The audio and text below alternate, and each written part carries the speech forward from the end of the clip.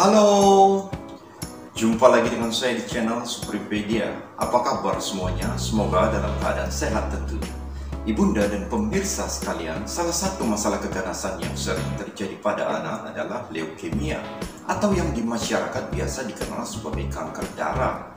Leukemia pada anak sering kali terdeteksi secara tidak sengaja, yaitu ketika anak berobat untuk keluhan lain seperti demam atau batuk pilek, tetapi ditemukan tanda dan gejala leukemia.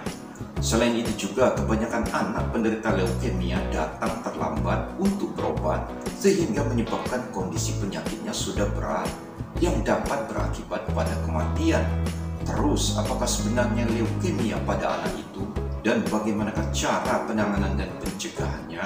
Untuk mengetahui caranya, tetaplah di channel ini dan jangan lupa subscribe. Ibunda dan pemirsa sekalian, leukemia adalah kanker sel darah putih atau leukosit.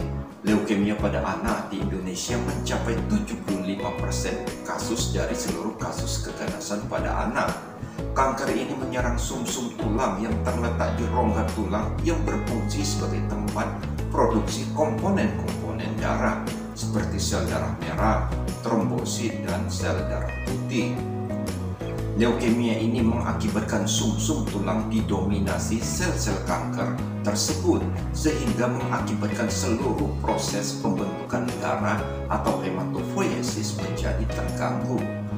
Ibunda dan pemirsa sekalian, perlu diketahui bahwa secara garis besar leukemia dibagi menjadi leukemia akut dan kronis, di mana leukemia juga dapat digolongkan berdasarkan jenis sel leukosit yang terlibat, yaitu leukemia limfoblastik dan leukemia mieloblastik. Pada anak, leukemia yang paling sering ditemukan adalah jenis leukemia limfoblastik akut atau LLA. Selain leukemia akut, terdapat juga jenis leukemia kronik. Ibunda dan pemirsa sekalian, perlu diketahui faktor resiko yang dapat menyebabkan anak menderita leukemia. Antara lain, yang pertama faktor genetik, di mana leukemia ini dapat diturunkan oleh orang tua secara langsung maupun tidak langsung. Pada anak dengan riwayat penyakit kanker pada keluarga akan memiliki resiko keganasan apapun jenisnya, termasuk leukemia. Yang kedua adalah faktor lingkungan, di mana faktor lingkungan diduga berperan dalam terjadinya kanker, seperti adanya radiasi, paparan zat kimia, dan polusi udara, serta yang lainnya. Ibunda dan pemirsa sekalian, perlu dipahami gejala yang timbul pada anak yang menderita leukemia. Antara lain, yang pertama adanya pucat atau terjadinya anemia yang mengakibatkan anak tampak lemas, letih, dan lesu. Yang kedua, terjadinya perdarahan berupa lebam di kulit, mimisan atau bercak merah.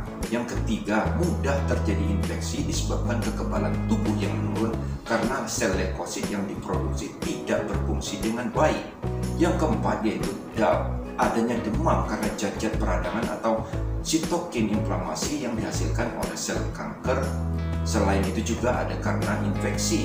Yang kelima, adanya nyeri pada tubuh anak penderita leukemia. Kemudian dijumpai juga pembesaran organ atau organomegali yang disebabkan oleh sel-sel kanker yang menyebar ke dalam hati, ke dalam limpa, kelenjar getah bening, ataupun organ yang lain. Yang selanjutnya dijumpai bercak kehitaman pada kulit karena infiltrasi sel kanker pada kulit. Kemudian dijumpai gejala hiperleukositosis atau jumlah leukosit lebih dari 100.000 yang dapat mengakibatkan kejang, sesak, dan perdarahan pada organ tubuh lainnya. Ibunda dan pemirsa sekalian, adapun pemeriksaan penunjang untuk menegakkan diagnosis leukemia antara lain yaitu pemeriksaan darah tepi untuk mengetahui jumlah sel darah merah, jumlah leukosit, trombosit, dan untuk mengetahui sel darah imatur atau sel blast. Yang kedua yaitu biopsi sumsum tulang, yaitu mengambil sampel darah pada sumsum tulang dengan menggunakan jarum khusus untuk mengetahui jenis sel leukemia yang diderita. Ibunda dan pemirsa sekalian, perlu diketahui penanganan leukemia meliputi terapi kuratif dan terapi suportif. di mana terapi kuratif bertujuan untuk membunuh sel-sel leukemia melalui kemoterapi dengan menggunakan kombinasi beberapa obat anti kanker berdasarkan protokol kemoterapi. Prinsip kerja obat anti kanker ini adalah dengan cara mempengaruhi sintesis atau fungsi DNA sel leukemia. Obat anti kanker ini ada yang diminum, ada juga yang disuntikkan secara khusus ke pembuluh darah vena atau cairan tulang belakang, di mana rentang waktu pengobatan kemoterapi ini bergantung pada jenis leukemia dan kondisi klinisnya. Yang kedua adalah penanganan suportif meliputi pengobatan penyakit lain yang menyertai leukemia dan komplikasi yang menyertai leukemia seperti pemberian transfusi darah bila dijumpai anemia, kemudian pemberian transfusi trombosit jika dijumpai perdarahan karena trombosit yang rendah, kemudian pemberian antibiotik dan anti jamur jika dijumpai tanda-tanda infeksi, kemudian pemberian antipiretik dan analgetik jika dijumpai demam dan nyeri. Dan yang tidak kalah penting adalah pendekatan nutrisi yang baik, di mana kondisi malnutrisi dapat terjadi akibat dari keganasan itu sendiri atau akibat kemoterapi yang agresif yang menyebabkan gangguan pada fungsi saluran cerna, terjadinya sariawan, adanya nafsu makan yang menurun dan mual serta muntah.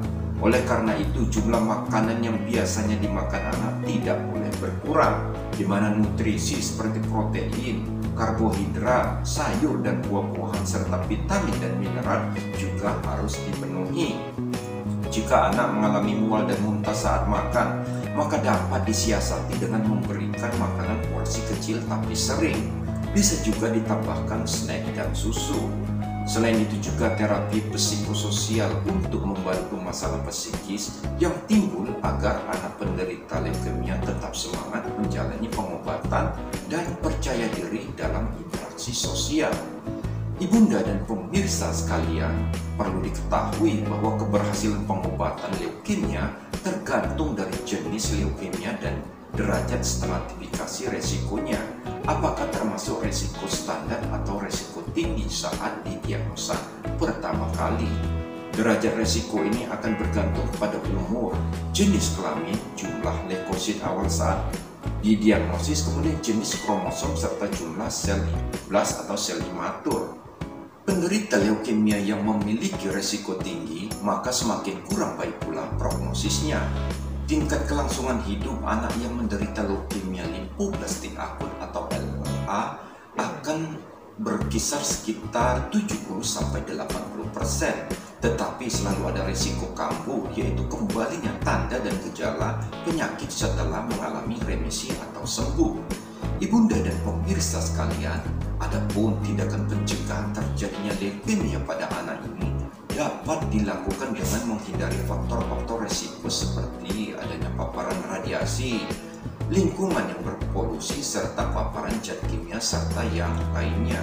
Ibunda dan pemirsa sekalian, demikianlah tips penanganan dan pencegahan leukemia pada anak ini.